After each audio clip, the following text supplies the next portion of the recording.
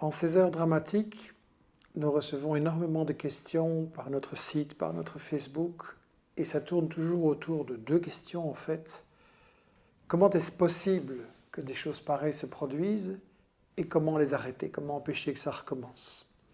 Un étudiant français d'origine marocaine, Amine, m'écrit « Pas d'excuses ou justification à la barbarie, mais prenons conscience que les monstres ne naissent pas, ils se fabriquent.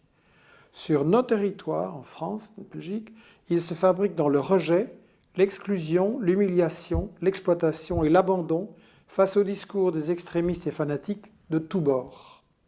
Ailleurs, dit-il, ils se fabriquent dans le carnage, la destruction, le désespoir et sous les bombes de sanguinaires de tous bords. » Et il conclut « L'humanité est une et est indivisible. Il n'y a aucune différence entre les pleurs d'une mère ayant perdu un fils dans le bombardement de l'hôpital de Kunduz par les forces de l'OTAN et ceux d'un père ayant perdu sa fille à un concert au cœur de Paris. Comme je l'ai dit, notre émotion à tous, notre sympathie pour les familles des victimes de partout, exige de vrais débats.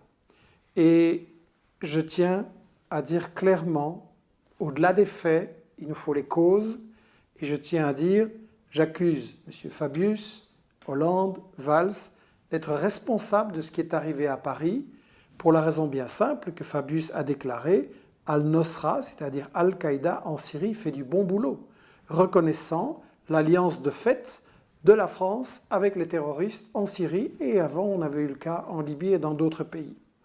J'accuse les relations avec les régimes de l'Arabie Saoudite et du Qatar qui ont répandu cet endoctrinement, cette intoxication de quelque chose qui se prétend islamiste mais qui n'a rien à voir avec l'islam, qui est une falsification de l'islam.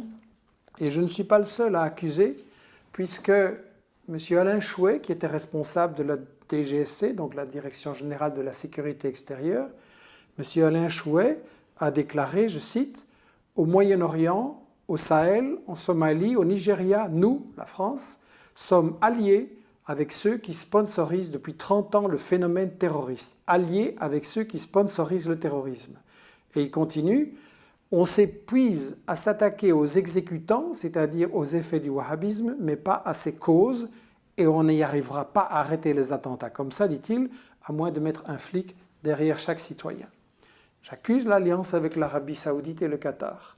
J'accuse l'alliance avec la Turquie, qui a laissé passer des milliers, des dizaines de milliers d'euro-djihadistes sur son sol pour aller commettre en Syrie les mêmes atrocités qu'on voit maintenant à Paris. J'accuse la Turquie d'aider à écouler les stocks de pétrole de Daesh et à financer ce mouvement terroriste. Et je ne suis pas le seul. Madame Ibaskova, qui est ambassadrice de l'Union européenne en Irak, a déclaré à la Commission des Affaires étrangères du Parlement européen, je cite, « Malheureusement, des États membres de l'Union européenne achètent ce pétrole, je ne peux pas donner plus de détails. » J'accuse cette alliance avec la Turquie de faire le jeu du terrorisme. Et d'une façon générale, j'accuse les États-Unis d'avoir utilisé le terrorisme partout où cela les servait, partout où ils n'osaient pas engager eux-mêmes leurs troupes au sol. Ça a commencé avec l'opération Ben Laden en Afghanistan, ça s'est continué en Yougoslavie, Bosnie-Kosovo, dans le Caucase, et puis l'Irak, et puis la Libye, et puis la Syrie, et il y a encore une série d'autres pays. Les États-Unis, à certains moments, combattent le terrorisme, et à d'autres l'utilisent quand ça les arrange. Et bien entendu, on va me dire, oui, mais comment expliquez-vous que s'ils ont financé le terrorisme, maintenant, ces terroristes viennent frapper au cœur même de la France sur le sol européen? Il ne faut pas voir ça comme un complot où la CIA organise tout de A à Z et contrôle tout infailliblement. Oui, ils l'ont organisé, mais ce n'est pas un complot. C'est une alliance avec des forces qui existent et qui ont leur propre agenda. Et de même que Ben Laden a travaillé pour les États-Unis et puis s'est retourné contre les États-Unis, maintenant on a Al-Qaïda en Syrie et Daesh et tous ces mouvements terroristes qui ont travaillé pour les États-Unis, mais ils ont leur agenda à eux et maintenant ils se retournent parce que l'alliance ne tient plus. J'accuse d'une façon générale les États-Unis d'avoir montré l'exemple de la violence, d'avoir mené des guerres tout le temps depuis 25 ou 30 ans et d'avoir montré à tous les peuples que les problèmes, on veut les résoudre par la violence. Je rappelle que la charte de l'ONU prévoit que tous les conflits doivent être négociés. On n'a pas le droit de faire la guerre. C'est strictement interdit par la charte de l'ONU depuis 1945. Et je rappelle qu'un général des États-Unis, Wesley Clark, avait révélé que pour l'administration des États-Unis, en 2001, ils avaient décidé de prendre, je cite, 7 pays, l'Afghanistan, l'Irak, l'Iran, la Somalie, le Soudan, la Libye et le Liban. Ils avaient déjà annoncé ça en 2001. Donc il y avait clairement un programme pour développer la guerre. J'accuse cette alliance avec Israël de empoisonner, de semer un climat de haine dans le Moyen-Orient et de montrer qu'on maintient le colonialisme par la violence et en fait le refus de négocier. Ça, c'est sur le plan des causes extérieures de ce terrorisme. Mais il y a aussi des causes intérieures en France, en Belgique, dans les pays européens qui font que des jeunes tombent dans le panneau de ce terrorisme et j'accuse le maintien de la discrimination raciste envers les immigrés, que ce soit à l'emploi, que ce soit dans la vie quotidienne. La discrimination, le délit de sale gueule, les contrôles, les humiliations policières, c'est ça évidemment qui provoque une rage et une colère qui, la plupart du temps, cherchent à s'exprimer d'une façon tout à fait positive et chez l'un ou l'autre qui pète les plombs à cause de toute cette indignation et de ce mépris, on se fait intoxiquer, mais par des gens qui par ailleurs sont nos amis, puisque c'est l'Arabie Saoudite qui intoxique les jeunes des quartiers populaires pour les utiliser comme chair à canon. Donc j'accuse cette discrimination raciste et j'accuse également le fait que certains empêchent l'école de jouer le rôle qu'elle doit jouer. Je voudrais rappeler que lorsqu'on a eu les attentats odieux contre Charlie, on a eu tout de suite après la ministre française de l'Éducation, Najat Vallaud-Belkacem, qui a déclaré, je cite, « Il y a eu de trop nombreux questionnements de la part des élèves. Et nous avons tous entendu les « oui, je soutiens Charlie, mais les 2 poids 2 mesures, les « pourquoi défendre la liberté d'expression ici et pas là », fin des guillemets. » Et la ministre reprend, « Ces questions nous sont insupportables, surtout lorsqu'on les entend à l'école qui est chargée de transmettre des valeurs. » Mais ça, c'est pas l'école, ça, c'est la police. Une ministre de l'Éducation qui dit que les jeunes n'ont pas le droit de se poser des questions et d'en discuter avec leurs profs, mais c'est exactement comme ça qu'on pousse les jeunes dans les bras du terrorisme. J'étais samedi dernier dans une réunion des professeurs pour l'école démocratique ici à Bruxelles, des ateliers où les profs échangent sur la manière de mieux former leurs jeunes, et tous me disaient combien c'était extrêmement difficile maintenant, combien on manque des éléments et souvent on est découragé de lancer de véritables débats et de développer de véritables connaissances sur tous ces problèmes parmi les jeunes. J'accuse l'amalgame qui est fait aujourd'hui entre les migrants, les réfugiés, les terroristes, les islamistes, etc. Ce n'est pas un problème de migrants. Ces gens-là ne quittent pas leur pays parce qu'ils veulent venir dans notre beau climat ou parce qu'ils ont des noires pensées. Ces gens-là quittent leur pays pour fuir la misère et la guerre que nous, gouvernements occidentaux, avons amenés dans leur pays. C'est nous qui avons détruit leur pays. Les migrants qui sont dangereux, ce n'est pas ceux qui essayent de traverser la Méditerranée pour sauver leur famille de la misère ou de la mort. Les migrants qui sont dangereux, ce sont des gens comme Sarko, comme BHL, qui se donnent le droit d'aller en Libye et de dire « vous devez faire ça, vous devez renverser ce gouvernement, vous devez donner le pétrole à la France, bien entendu ». Ça, c'est les migrants qui sont dangereux, ou bien Hollande, Valls, Fabius, qui vont en Syrie comme si c'était chez eux et qui décident tout ce que doit faire la Syrie. Ça, ce sont les migrants qui sont dangereux à mon avis. Et j'accuse enfin le fait que des gens essayent d'utiliser ces événements tragiques pour répandre la haine des musulmans, pour répandre l'islamophobie. Ça, c'est une chose sur laquelle j'avais déjà mis en garde et qu'on a encore vu récemment. On n'a à la télévision pratiquement pas eu de débat où on pouvait vraiment discuter sur le fond des choses. Et au lieu de ça, on a eu parfois des appels à la haine, mais absolument ahurissants.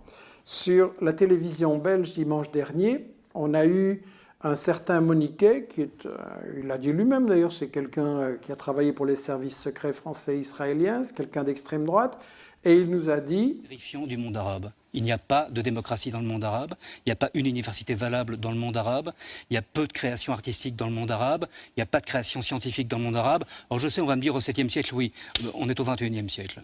Ça, c'est complètement faux, c'est le problème.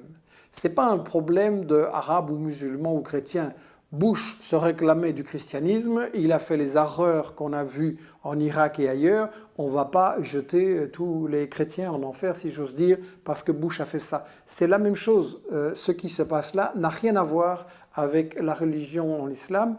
Et je voudrais faire remarquer deux choses. Chaque fois qu'il y a eu, dans le monde arabe ou musulman, des dirigeants qui étaient des démocrates, ou qui n'étaient pas des démocrates, mais qui en tout cas étaient des laïcs et voulaient moderniser leur pays. Qu'est-ce que l'Occident a fait? Il les a assassinés, il les a renversés. On a fait ça en Égypte, on a fait ça en Iran, on a fait ça en Libye, on a fait ça en Syrie. Donc, il y a quand même une hypocrisie fondamentale. Vous vous plaignez que le monde arabe et musulman n'est pas démocratique, mais chaque fois qu'il y a un démocrate, vous le renversez pour que les multinationales puissent contrôler le pétrole et voler les peuples locaux, ce qui évidemment est très démocratique. Donc, on est dans l'hypocrisie. Et alors on en profite pour répandre un discours de panique et de peur vis-à-vis des musulmans qui sont dangereux. Et évidemment, comme ça, on ne va faire que jeter de l'huile sur le feu. La question qui nous préoccupe tous, c'est comment on va empêcher la répétition de tels attentats. Et là, on nous dit que nos gouvernements nous protègent. Qui est lui? Un jour, une question. C'est quoi le terrorisme ? Il est difficile de lutter contre le terrorisme, car ses partisans se cachent et disposent de moyens sophistiqués pour agir. Mais la plupart des pays font tout pour protéger leurs citoyens. La France dispose par exemple du plan Vigipirate. Un ensemble de mesures basées sur la vigilance qui ont déjà permis de déjouer plusieurs attentats. En réalité, nos gouvernements ne nous protègent pas. Je pense que c'est eux qui ont créé le risque de ces attentats à Paris et ailleurs, et je ne suis pas le seul à le dire. Alain Chouet, dont j'ai parlé, donc un ex-dirigeant de la Direction générale de la sécurité extérieure, a dénoncé l'attitude de la France sur la question de la prévention du terrorisme. Je cite : « Les services de sécurité syriens ont épargné à la France à plusieurs reprises de terribles catastrophes que des terroristes d'origine arabe s'apprêtaient à provoquer. Seuls les renseignements fournis par les services syriens nous ont permis de les déjouer et de sauver des vies innocentes. » Et il donne un exemple. « Nous avons obtenu, grâce à la coopération avec la Syrie, de précieux renseignements qui nous ont conduits à déjouer en 2008 un plan terroriste qui aurait fait des milliers de morts dans le métro de Paris.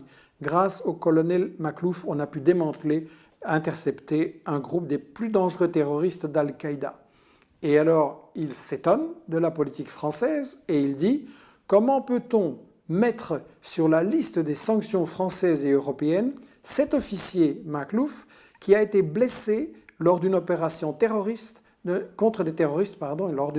contre des terroristes qui attaquaient les ambassades françaises et américaines à Damas. Imaginez que quelqu'un sauve nos enfants d'une mort certaine et au lieu de l'en remercier, notre diplomatie le traite de terroriste et le met comme un criminel sur une liste de sanctions. Et en plus, dit-il, nous les remercions en finançant, nous, des attentats terroristes sur leur territoire. Est-ce une politique raisonnable ? Ça, c'est un avis des responsables officiels de la sécurité en France. Sur base de ça, et je tiens à lancer un appel pour justement qu'on puisse se mobiliser pour empêcher la répétition de tels actes. Je crois que pour empêcher cet engrenage de guerre, de terrorisme, d'attentats, il faut absolument dire stop aux guerres et aux ingérences. Je l'ai dit, la guerre, elle est illégale. Elle n'est pas une façon de résoudre les conflits internationaux. Et si on veut faire quand même la guerre, il faut être clair, c'est parce qu'on poursuit d'autres intérêts, le business, le pétrole, le gaz, il faut faire main basse. Et donc on ne veut pas une solution, on veut écarter les gens qui ne sont pas d'accord qu'on vole leur pétrole. Deuxièmement, il est très important de dire stop au colonialisme d'Israël. Nous savons tous que les jeunes ici ont la rage parce qu'ils voient qu'on soutient le terrorisme et le colonialisme d'Israël, qu'on peut massacrer les Palestiniens, qu'on peut envoyer des gens dans les hôpitaux, tuer des gens, qu'on peut massacrer des enfants dans la rue, et que tout ça, non seulement il n'y a pas de sanctions, mais en plus on les encourage en armant Israël pour faire ces choses-là. Il est important d'arrêter le colonialisme d'Israël. Il est important d'arrêter le rôle épouvantable joué par l'Arabie saoudite et le Qatar. Il faut arrêter nos relations avec ces pays tant qu'on ne met pas fin à ce financement du terrorisme, à cet endoctrinement, et tant qu'on ne laisse pas ces populations évoluer vers la démocratie. Il faut également mettre fin à l'ingérence de la Turquie qui aide Daesh en lui permettant d'exporter son pétrole et en fournissant tous ses combattants qui passent par là. Et je crois qu'il faut, pour tout ceci, développer absolument un débat dans les écoles. C'est extrêmement important que dans les écoles, on puisse parler de tout ceci. Et également, il faut de vrais débats dans les médias. Jusqu'à présent, il n'y en a pas eu. Les gens qui disent ce genre de choses sont exclus et censurés des médias. Il faut que tout le monde le sache. Or, nous, les gens qui font des recherches comme moi, ça fait 4 années qu'on dit ce qui va arriver. Ça fait 4 années qu'on dénonce le caractère criminel de ces guerres. Il y a 4 ans, par exemple, j'ai écrit un livre dans lequel je disais « La guerre de Sarkozy contre la Libye, c'est une guerre pour le pétrole, une guerre pour le fric ». Et dans les grandes rédactions des journaux télévisés et des grands médias, on a dit « Allez, encore un complotiste ». Et maintenant, Hillary Clinton, dans ses mémoires, dit « Oui, Sarkozy, ce qu'il voulait, c'était le pétrole libyen, c'était une guerre du fric ». Donc combien de fois est-ce qu'on va attendre que ce soit confirmé?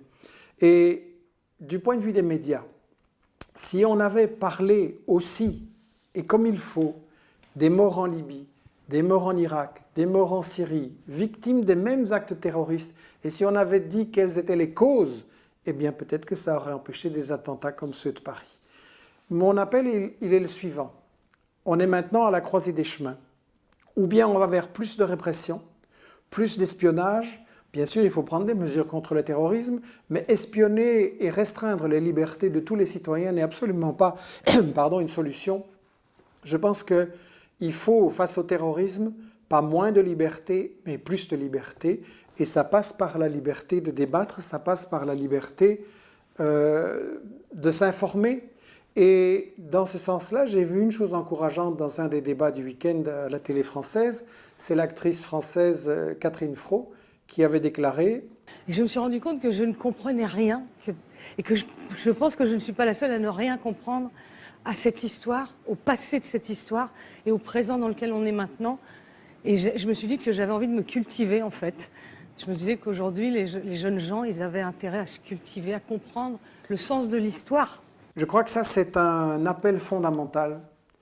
Pour comprendre la situation, pour pouvoir peser sur les décisions, nous devons nous cultiver, nous former pour comprendre l'histoire, pour comprendre les intérêts économiques et stratégiques qui sont dans tous ces conflits, et pour comprendre les principes de la propagande de guerre, c'est-à-dire la façon dont on manipule. Et Investigation, une partie de notre travail, à côté de la newsletter, du site et de la chaîne vidéo qui est en formation, c'est de faire des livres là-dessus justement pour que chacun puisse se former et être capable d'en débattre autour de soi et de dépasser les médias mensonges qu'on entend. Par exemple, la stratégie du chaos avec Mohamed Hassan, tout un chapitre sur l'Arabie saoudite. Qu'est-ce que c'est que ce wahhabisme? Quel est le rôle qu'ils ont joué? Et quelle est la place de l'Arabie saoudite en alliance avec Israël et aux mains des États-Unis? Ou alors Syriana de Bahar Kimungur qui expliquait 4 ans déjà que ce sont effectivement des terroristes qui ont été utilisés et que les manifestations démocratiques de départ et les manifestations sociales par rapport à la politique du gouvernement syrien qui était légitime ont tout de suite été utilisées et transformées, dévoyées vers une violence terroriste parce que ce qu'on voulait, ce n'était pas la démocratie en Syrie, mais prendre le contrôle de la Syrie. Dans Libye, autant et médias mensonges, j'avais un manuel de contre-propagande, j'avais analysé les véritables raisons de la guerre contre la Syrie et expliqué que, contre la Libye, excusez-moi, et expliqué que les Libyens n'étaient pas du tout libérés, mais allaient plonger en enfer comme en Irak. Et malheureusement, c'est ce qui s'est produit. Dans Jihad Made in USA, Grégoire Lalieu, aussi avec Mohamed Hassan, explique ce qui s'est passé vraiment en Syrie et en Égypte, explique aussi qu'il n'y a pas un islamisme, un concept vague et fourre-tout, qu'en réalité, il y a plusieurs courants très contradictoires. Vous avez des islamistes qui sont aux mains des États-Unis, vous en avez qui les combattent, donc il faut analyser ça de façon beaucoup plus fine et précise. Tout récemment, la Arabesque enquête sur le rôle des États-Unis dans les révoltes arabes d'Ahmed Ben Sada. C'est une très très intéressante analyse pour voir comment les États-Unis ont contrôlé et manipulé les cyberactivistes et les mouvements de protestation en Égypte et en Tunisie pour faire en sorte qu'on change les marionnettes, mais que rien ne change et que leurs intérêts économiques soient préservés. Et donc, dans Je suis ou je ne suis pas Charlie, j'avais étudié le phénomène de l'islamophobie, les problèmes de l'immigration et décrit la complicité permanente depuis 30 ans entre les États-Unis et le terrorisme, l'utilisation en fait du terrorisme par les États-Unis. Et je voudrais dire que mes sources dans ce livre sont uniquement des sources qui proviennent des États-Unis, bien entendu. Pour conclure mon appel, nous sommes à la croisée des chemins. Le monde est en train de changer très vite, très brutalement. Ça peut tourner dans le sens de encore plus de danger, encore plus de guerre, et c'est ce que certains voudraient en utilisant les attentats de Paris comme prétexte pour aller envahir la Syrie et recoloniser l'ensemble du Moyen-Orient. Et après, on s'attaquera au Hezbollah, au Hamas, à la résistance palestinienne, à tout le monde en fait qui ne se met pas à genoux. Ça peut aller dans ce sens-là, plus de guerre et donc plus d'attentats et plus de terrorisme, ou ça peut aller dans le sens de, au contraire, on commence à prendre conscience que ça ne peut pas continuer, qu'on doit échapper à cette spirale et à cet engrenage, qu'on doit rétablir la fraternité et le dialogue, quelle que soit la religion, quelles que soient les origines, quelles que soient les cultures, qu'on doit essayer de se comprendre et qu'on doit essayer ensemble de comprendre comment on peut mettre fin à la guerre, mettre fin aux attentats, comment on peut aller vers une période qui sera marquée par la paix, par la justice, par le progrès. Et ça, pour moi, la lutte pour la paix, ça passe par la lutte pour une information correcte. Je vous remercie.